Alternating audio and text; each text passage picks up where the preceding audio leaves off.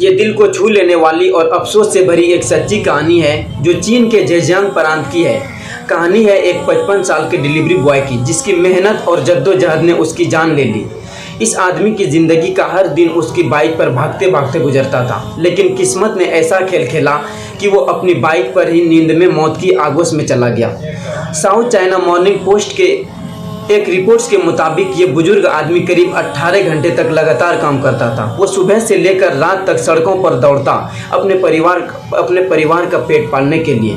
हर दिन उसकी शुरुआत सुबह 6 बजे से होती थी और कभी कभी तो ये सिलसिला रात के 3 बजे तक चलता। इतनी मेहनत, इतनी भागदौड़ के बावजूद उसके पास आराम करने का वक्त ही नहीं था। उस दिन भी वो वैसे ही निकला था, काम पर पूरी तरह से थक चुका था, लेकिन पेट की आग और जिम्मेदारियों ने उसे आराम करने की इजाज़त नहीं दी। उसकी बाइक पर बैठे बैठे उसे नींद आ गई और फिर वो कभी नहीं जगा।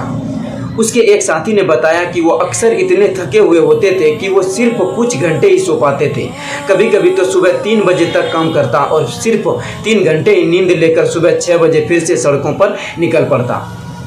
सोचिए, एक आदमी जो हर दिन इतनी मेहनत कर रहा था, उसके पास खुद के लिए, अपनी सेहत के लिए एक पल भी नहीं था। वो सिर्फ काम कर रहा था ताकि अपने परिवार को खाना खिला सके, बच्चों को पढ़ा सके। लेकिन क्या ये सही है?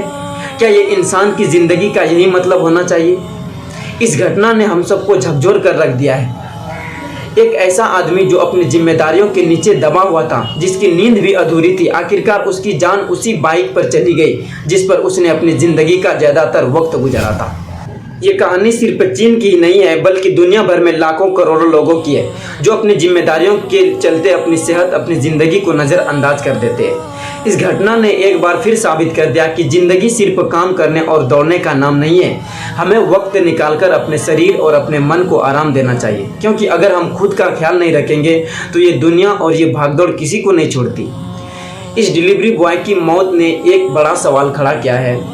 क्या कुछ पैसे कमाने की जद्दोजहद में हम अपनी ज़िंदगी की असल कीमत भूल रहे हैं?